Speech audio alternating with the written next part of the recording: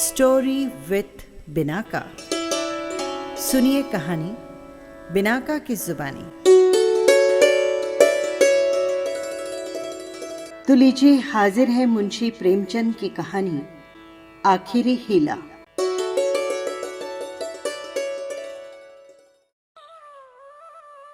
यद्यपि मेरी स्मरण शक्ति पृथ्वी के इतिहास की सारी स्मरणीय तारीखें भूल गई, वो तारीखें जिन्हें रातों को जागकर और मस्तिष्क को खपाकर याद किया था, मगर विवाह की तिथि समतल भूमि में एक स्तंभ की भांति अटल है।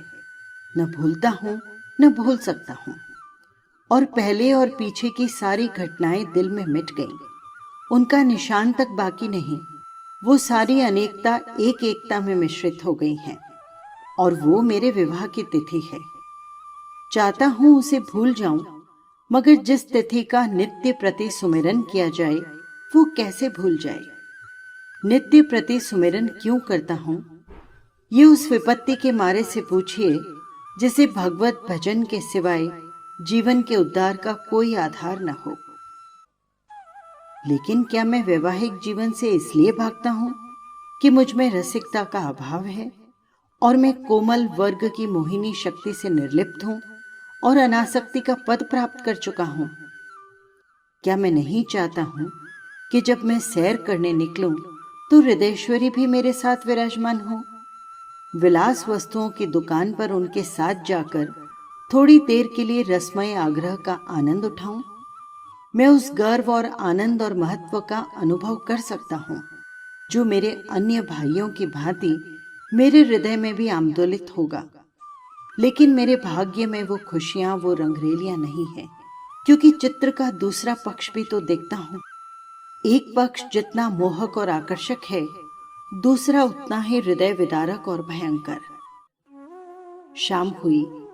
अब बदनसीब बच्चे को गोद में लिए तेल या ईंधन की दुकान पर खड़े हैं। अंधेरा हुआ और आप आटे की पोटली बगल में दबाए गलियों में यूं कदम बढ़ाए हुए निकल रहे हैं मानो चोरी की है।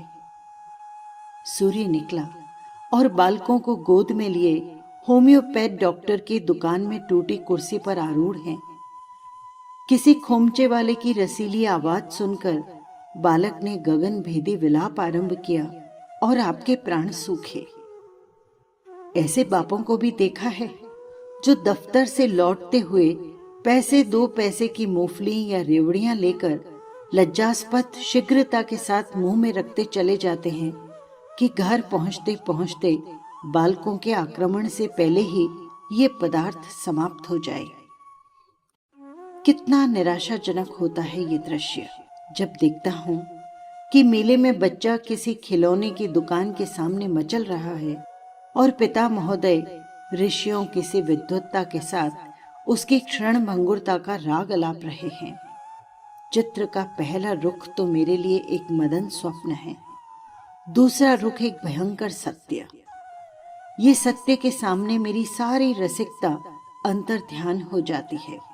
मेरी सारी मौलिकता, सारी रचनाशीलता इसी दाम्पत्य के फंदों से बचने में प्रयुक्त हुई है। जानता हूं कि जाल के नीचे जाना है, मगर जाल जितना ही रंगीन और ग्राहक है, दाना उतना ही घातक और विषैला। इस जाल में पक्षियों को तड़पते और फड़फड़ाते देखता हूं और फिर भी जाल पर जा बैठता हूं। लेकिन कुछ दिनों से श्रीमती जी ने अविश्रांत रूप से आग्रह करना शुरू किया है कि मुझे बुला लो। पहले जब छुट्टियों में जाता था तो मेरा केवल कहाँ चलोगी तुम कह देना उसके चित्त शांति के लिए काफी होता। फिर मैंने झंझट है कहकर उन्हें तसल्ली देनी शुरू की। इसके बाद गृहस्थ की असुविधाओं से डराया, किंतु अब कुछ दिनों से उनका अविश्वास बढ़ता जाता है। अब मैंने छुट्टियों में भी उनके आग्रह के भय से घर जाना बंद कर दिया है कि कहीं वो मेरे साथ चल खड़ी न हो, और नाना प्रकार के बहानों से उन्हें मैं आशंकित करता रहता हूँ। मेरा पहला बहाना पत्र संपादकों के जीवन की कहानियों के विषय में था। क्या बताऊं मैं तुम्हें, कभी 12 बजे रात को सोना नसीब होता है, कभी रत जगह करना पड़ जाता है। सारे दिन गली गली ठोकरें खानी पड़ती है। इस पर तुर्रा ये कि हमेशा सिर पर नंगी तलवार लटकी रहती है। न जाने कब गिरफ्तार हो जाऊं, कब जमानत तलब हो जाए। खुफिया पुलिस की एक फौज हमेशा पीछे पड़ी रहती है। कभी बाजार में निकल जाता हूँ तो लोग उंगलियां उठाकर कहते हैं, वो जा रहा है, वो जा रहा है अखबार वाला। मानो संसार में जितनी दैविक, आधि दैविक, भौतिक, आधि भौतिक बाधाएं हैं, उनका उत्तरदायी मैं हूँ। मानो मेरा मस्तिष्क झूठी खबरें गढ़ने का कार्यालय है। सारा दिन अफसरों की सलामी और पुलिस की खुशामद में गुजर जाता है। कांस्टेबलों को देखा और प्राण पीड़ा होने लगी। मेरा तो ये हाल है और हुक्काम है कि मेरी सूरत से कांपते हैं। एक दिन दुर्भाग्यवश एक अंग्रेज के बंगले की तरफ जा निकला। साहब ने पूछा, क्या काम करता है? मैंने गर्व के साथ कहा, पत्र का संपादक हूं। साहब तुरंत अंदर गए और कपाट मुद्रित कर लिए। फिर मैंने मेम साहब और बाबा लोगों को खिड़कियों से झांकते देखा, मानो कोई भयंकर जंतु हो। एक बार रेलगाड़ी में सफर कर रहा था। साथ और भी कई मित्र थे, इसलिए अपने पद का सम्मान निभाने के लिए सेकंड क्लास का टिकट लेना पड़ा। गाड़ी में बैठा तो एक साहब ने मेरे सूटकेस पर मेरा नाम और पेशा देखते ही तुरंत अपना बंदूक खोला और रिवॉल्वर निकालकर मेरे सामने गोलियां भरी, जिससे मुझे मालूम हो जाए कि वो मुझसे सचेत है। मैंने अपनी आर्थिक कठिनाइयों की कभी चर्चा नहीं की, क्योंकि मैं रमणियों के सामने ये जिक्र करना अपनी मर्यादा के विरुद्ध समझता हूँ। हालांकि मैं वो चर्चा करता तो देवी जी की दया का अवश्य पात्र बन जाता। मुझे विश्वास था कि श्रीमती जी फिर यहाँ आने का नाम न लेंगी, मगर ये मेरा भ्रम था। उनके आग्रह पूर्ववत होते रहे। मैंने दूसरा बहाना सोचा। क्या बताऊं मैं तुम्हें, ये शहर तो बीमारियों के अड्डे हैं। हर एक खाने पीने की चीज में विष की शंका। दूध में विष, घी में विष, फलों में विष, शाक भाजी में विष, हवा में विष, पानी में विष। ये मनुष्य का जीवन पानी की लकीर है। जिसे आज देखो वो कल गायब। अच्छे खासे बैठे हैं और हृदय की गति बंद हो जाती है। घर से सैर को निकले, मोटर से टकराए और सुरपुर की राह ली। अगर कोई शाम को सांगोपांग घर आ जाए तो उसे भाग्यवान समझो। मच्छर की आवाज कान में आई, दिल बैठा। मक्खी नजर आई और हाथ पांव फूले। चूहा बिल से निकला और जान निकल गई। जिधर देखिए यमराज की अमलदारी है। अगर मोटर और ट्राम से बचकर आ गए तो मच्छर मक्खी के शिकार हुए। बस यही समझ लो कि मौत हरदम यहाँ सिर पर खेलती रहती है। रात भर मच्छरों से लड़ता हूँ, दिन भर मक्खियों से। नन्ही सी जान को किन किन दुश्मनों से बचाऊं। सांस भी मुश्किल से लेता हूँ कि कहीं क्षय के कीटाणु फेफड़ों में न पहुंच जाएं। देवी जी को फिर भी मुझ पर विश्वास न आया। दूसरे पत्र में भी वही आरजू थी। लिखा था, तुम्हारे पत्र ने एक और चिंता बढ़ा दी। अब प्रतिदिन पत्र लिखा करना। एक न सुनूंगी और मैं सीधे चली आऊंगी। मैंने दिल में कहा, चलो सस्ते छूटे। मगर ये खटका लगा हुआ था कि न जाने कब उन्हें शहर आने की सनक सवार हो जाए। इसलिए मैंने तीसरा बहाना सोच निकाला। क्या बताऊं मैं तुम्हें, यहाँ मित्रों के मारे नाको दम रहता है। आकर बैठ जाते हैं तो उठने का नाम भी नहीं लेते, मानो अपना घर बेच आए हों। अगर घर से टल जाओ तो आकर बेधड़क कमरे में बैठ जाते हैं और नौकर से जो चीज चाहते हैं उधार मंगवा लेते हैं। देना तो मुझे पड़ता है। कुछ लोग तो हफ्तों पड़े रहते हैं, टलने का नाम ही नहीं लेते। रोज उनकी सेवा सत्कार करो, रात को थिएटर या सिनेमा दिखाओ, फिर सवेरे तक ताश या शतरंज खेलो। अधिकांश तो ऐसे हैं जो शराब के बिना जिंदा नहीं रह सकते। अक्सर तो बीमार होकर आते हैं, बल्कि अधिकतर बीमार ही आते हैं। अब रोज डॉक्टर को बुलाओ, उनकी सेवा करो, रात भर सिरहाने बैठो, पंखा चलते रहो। उन पर यह शिकायत भी सुनते रहो कि यहाँ हमारी बात भी कोई नहीं पूछता। क्या बताऊं मैं तुम्हें, मेरी घड़ी महीनों से मेरी कलाई पर नहीं आई है। दोस्तों के साथ जलसों में शरीक हो रही है। अचकन है वो एक साहब के पास है, कोट दूसरे साहब ले गए हैं, जूते एक और बाबू उड़ा कर ले गए हैं। मैं वही रद्दी कोट और वही चमरौदा जूता पहनकर दफ्तर जाता हूँ। मित्र वृंद ताड़ते रहते हैं कि कौन सी नई वस्तु लाया। कोई चीज लाता हूँ तो मारे डर के संदूक में बंद कर देता हूँ। किसी की निगाह पड़ जाए तो कहीं न कहीं न्योता खाने की धुन सवार हो जाए। 1 तारीख को वेतन मिलता है तो चोरों की तरह दबे पांव घर जाता हूँ कि कहीं कोई महाशय रुपयों की प्रतीक्षा में द्वार पर धरना न जमाए बैठा हो। मालूम नहीं उनकी सारी आवश्यकताएं 1 तारीख की ही क्यों बाट जोती रहती है। एक दिन वेतन लेकर 12 बजे को लौटा, मगर देखा तो आधे दर्जन मित्र उस वक्त भी डटे हुए थे। मैंने माथा ठोक लिया। कितने ही बहाने करूं, उनके सामने एक नहीं चलती। मैं कहता हूं, घर से पत्र आया है, माताजी बहुत बीमार हैं। वो जवाब देते हैं, अजी बूढ़े इतनी जल्दी नहीं मरते, मरना ही होता तो इतने दिन जीवित क्यों रहती। देख लेना 2-4 दिन में अच्छी हो जाएंगी, और अगर मर भी जाएं तो वृद्ध जनों की मृत्यु का शोक ही क्या, वो तो और खुशी की बात है। कहता हूं लगान का बड़ा तकाजा हो रहा है। जवाब मिलता है, आजकल लगान तो बंद हो ही रहा है, लगान देने की जरूरत ही नहीं रही। अब अगर मैं किसी संस्कार का बहाना करता हूं तो फरमाते हैं, तुम भी विचित्र जीव हो, इन कुप्रथाओं की लकीर पीटना तुम्हारी शान के खिलाफ है। अगर तुम उनका मूलोच्छेदन करोगे तो वो लोग क्या आकाश से आएंगे। गरज ये कि किसी तरह प्राण नहीं बचते। मैंने समझा था कि मेरा ये बहाना निशाने पर बैठेगा। ऐसे घर में कौन रमणी रहना पसंद करेगी जो मित्रों पर ही अर्पित हो गया हो। किंतु मुझे फिर भ्रम हुआ, उत्तर में फिर वही आग्रह था। तब मैंने चौथा हेला यानी बहाना सोचा। मैं तुम्हें क्या बताऊं, यहाँ के मकान है कि चिड़ियों के पिंजरे, न हवा है न रोशनी। वो दुर्गंध उड़ती है कि खोपड़ी बनना जाती है। कितने ही के तो इसी दुर्गंध के कारण विसुचिका, टाइफाइड, यक्ष्मा आदि रोग हो जाते हैं। वर्षा हुई और मकान टपकने लगा। पानी चाहे घंटे भर बरसे, मकान रात भर बरसता है।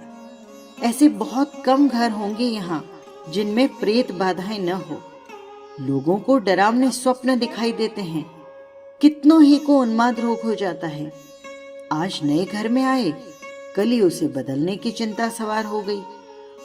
कोई ठेला असबाब में लदे हुए जा रहा है तो कोई आ रहा है। जिधर देखिए ठेले ही ठेले नजर आते हैं। चोरियां तो इस कसरत से होती है कि अगर कोई रात कुशल से बीत जाए तो देवताओं की मनौती की जाती है। आधी रात हुई और चोर चोर लेना लेना की आवाजें आने लगती है। लोग दरवाजों पर मोटे मोटे लकड़ी के फट्टे, जूते या चिमटे लिए खड़े रहते हैं। फिर भी चोर इतने कुशल हैं कि आंख बचाकर अंदर पहुंच ही जाते हैं। एक मेरे बेतकल्लुफ दोस्त हैं, स्नेहवश मेरे पास बहुत देर तक बैठे रहते हैं। रात अंधेरे में बर्तन खड़के तो मैंने बिजली की बत्ती जलाई। देखा तो वही महाशय बर्तन समेट रहे हैं। मेरी आवाज सुनकर जोर से कहा मारा और बोले, मैं तुम्हें चकमा देना चाहता था। मैंने दिल में समझ लिया, अगर निकल जाते तो बर्तन आपके थे। जब जाग पड़ा तो चकमा हो गया। घर में आए कैसे थे ये रहस्य था। कदाचित रात को ताश खेलकर चले तो बाहर जाने के बदले नीचे अंधेरी कोठरी में छिप गए। एक दिन एक महाशय मुझसे पत्र लिखवाने आए। कमरे में कलम दबात न थी। ऊपर के कमरे से लाने गया, लौटकर आया तो देखा कि जनाब गायब हैं और उनके साथ फाउंटेन पेन भी गायब है। सारांश ये कि नगर जीवन नरक जीवन से कम दुखदाई नहीं है, मगर पत्नी जी पर ऐसा जादू चढ़ा हुआ है कि मेरा कोई बहाना उन पर असर नहीं करता। इस पत्र के जवाब में उन्होंने लिखा, मुझसे बहाना करते हो, मैं हरगिज न मानूंगी। तुम आकर मुझे ले जाओ। आखिर मुझे 5वां बहाना करना पड़ा। ये खोमचे वालों के विषय में था। अरे भाग्यवान, क्या बताऊं तुम्हें। अभी बिस्तर से उठने की नौबत आई कि कानों में विचित्र आवाजें आने लगी। बाबुल के मीनार के निर्माण के साथ ऐसी निरर्थक आवाजें न आई होंगी। ये खोमचे वालों की शब्द क्रीड़ा है। उचित तो ये था, ये खोमचे वाले ढोल मंजीरों के साथ लोगों को अपनी चीजों की ओर आकर्षित करते। मगर इन औंधी अक्ल वालों को ये कहां सूझती है। ऐसे पैशाचिक स्वर निकालते हैं कि सुनने वालों के रोए खड़े हो जाते हैं। बच्चे मां की गोद में चिमट जाते हैं। मैं भी रात में अक्सर चौंक पड़ता हूं। एक दिन तो मेरे पड़ोस में एक दुर्घटना हो गई। करीब 11 बजे होंगे। कोई महिला बच्चे को दूध पिलाने उठी थी। एकाएक जो किसी खोमचे वाले की भयंकर ध्वनि कान में आई तो चीख मार कर चिल्ला उठी और फिर बेहोश हो गई। महीनों की दवा दारू की बाद अच्छी हुई और अब रात को कानों में रुई डालकर सोती है। ऐसे कृत्य नगरों में नित्य होते रहते हैं। मेरे ही मित्रों में कई ऐसे मित्र हैं जो अपनी स्त्रियों को घर से लाए, मगर बेचारियां दूसरे ही दिन इन आवाजों से भयभीत होकर लौट गई। श्रीमती जी ने इसके जवाब में लिखा, तुम समझते हो मैं खोमचे वालों की आवाजों से डर जाऊंगी। यहाँ गीदड़ों का हुआना और उल्लुओं का चीखना सुनकर तो डरती नहीं, खोमचे वालों से क्या डरूंगी। अंत में मुझे एक ऐसा बहाना सूझा जिसकी सफलता का मुझे पूरा विश्वास था। यद्यपि इसमें कुछ बदनामी थी, लेकिन बदनामी से मैं इतना नहीं डरता जितना उस विपत्ति से। फिर मैंने लिखा, अरे श्रीमती जी, ये शहर शरीफजादियों के रहने की जगह ही नहीं है। यहाँ की महरियां इतनी कटुभाषिणी हैं कि बातों का जवाब गालियों से देती है, और उनके बनाव सवार का क्या पूछना। भले करके स्त्रियां तो उनके ठाट बाट देखकर ही शर्म से पानी पानी हो जाती है। सिर से पांव तक सोने से लदी हुई सामने से निकल जाती हैं तो ऐसा मालूम होता है कि सुगंधी की लपट निकल आई। घृणियां ये ठाट कहां से लाएं? उन्हें तो और भी सैकड़ों चिंताएं रहती है। इन महरियों को तो बनाव सिंगार के सिवा कोई दूसरा काम नहीं। नित्य नई सजधज, नित्य नई अदा, और चंचल तो इस गजब की मानो अंगों में रक्त की जगह पारा भर दिया हो। उनका चमकना और मटकना और मुस्कुराना देखकर गृहिणियां तो लज्जित हो जाती है, और ऐसी दीदा दिलेर हैं कि जबरदस्ती घरों में घुस पड़ती है। जिधर देखो इनका मेला लगा हुआ है। इनके मारे तो भले आदमियों का घर में बैठना मुश्किल है। कोई खत लिखाने के बहाने आ जाते हैं तो कोई खत पढ़ाने के बहाने। असली बात तो ये है कि इन्हें ग्रह देवियों का रंग फीका करने में बड़ा आनंद आता है। इसलिए शरीफजादियां बहुत कम शहरों में आती है। मालूम नहीं इस पत्र में मुझसे क्या गलती हुई कि तीसरे दिन पत्नी जी एक बूढ़े कहार के साथ मेरा पता पूछती हुई अपने तीनों बच्चों को लिए एक असाध्य रोग की भांति आ डटी। मैंने बदहवास होकर पूछा, क्या हुआ? सब कुछ कुशल तो है ना? पत्नी ने चादर उतारते हुए कहा, घर में कोई चुड़ैल तो नहीं बैठी है ना? यहां किसी ने कदम रखा तो नाक काट डालूंगी। हाँ, जो तुम्हारी शय न हो। अच्छा, तो अब रहस्य खुला। मैंने सिर पीट लिया। क्या जानता था कि अपना तमाचा अपने ही मुंह पर पड़ेगा। बस यही थी कहानी। आपको कैसी लगी कमेंट बॉक्स में जरूर लिखिएगा। और हाँ, यदि आपने चैनल को सब्सक्राइब नहीं किया है तो कर लीजिएगा। फिर मिलेंगे किसी नई कहानी के साथ। नमस्कार।